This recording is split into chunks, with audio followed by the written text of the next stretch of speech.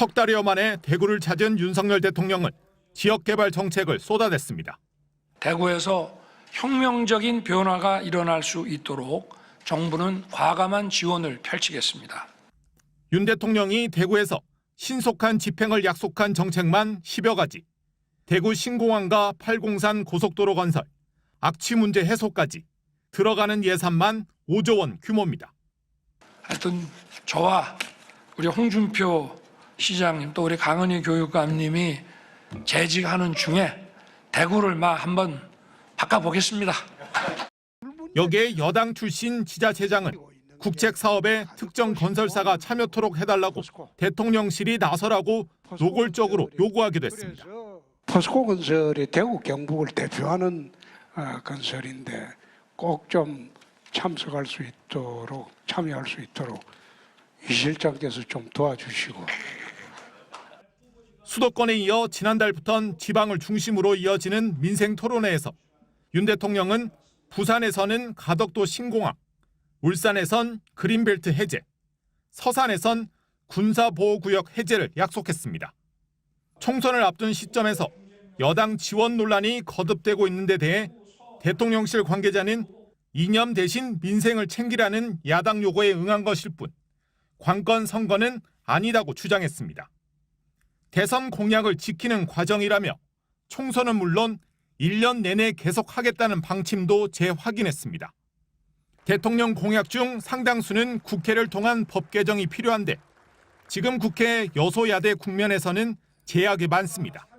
법률을 개정해야 되는 부분에 대해서는 우리 국민들께서 좀 뜻을 모아서 과거 국민의힘은 대선을 보름여 앞두고 문재인 전 대통령이 현대중공업 조선소 재가동 협약식에 참석하기 위해 전북 군산을 방문하자 선거 개입이라고 반발했습니다.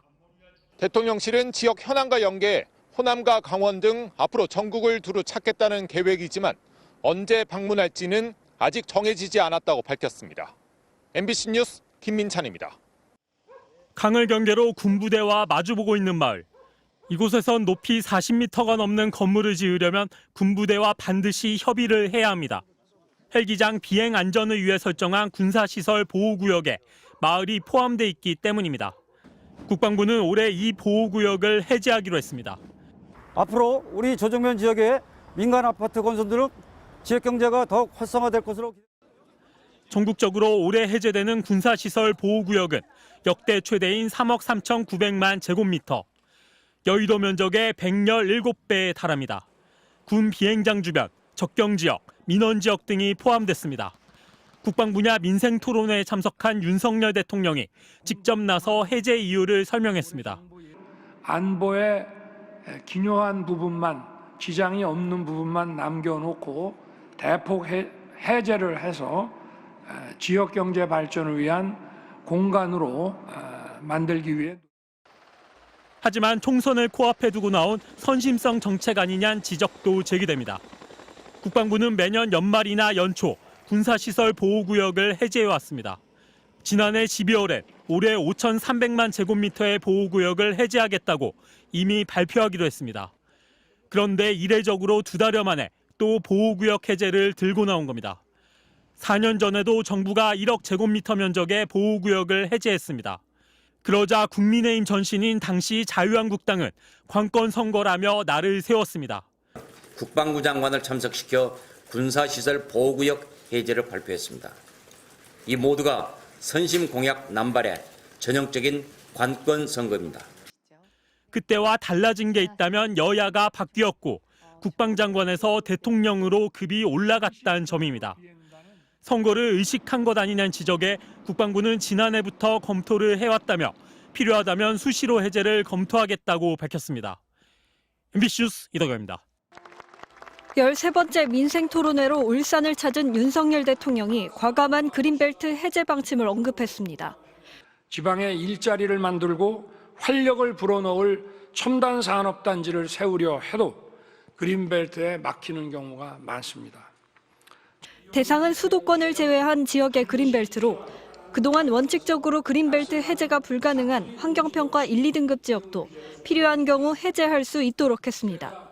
이를 위해 6개 환경평가 항목 중 1개만 걸려도 그린벨트 해제가 불가능한 현행 제도를 바꾸고 지자체에서 전략사업으로 추진할 경우에는 그린벨트 해제 총량 적용에서도 제외해주기로 했습니다.